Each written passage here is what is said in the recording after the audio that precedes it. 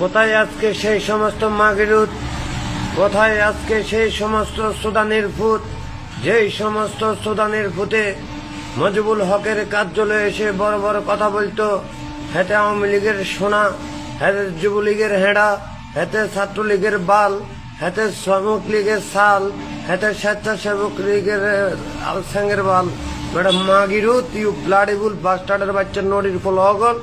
Chairman থাকি কোটি কোটি টাকা লুটপাট করছস, কাউন্সিলর প্যানেল মেয়র থেকে কোটি কোটি টাকা লুটপাট করছস মাগিরুল হগল।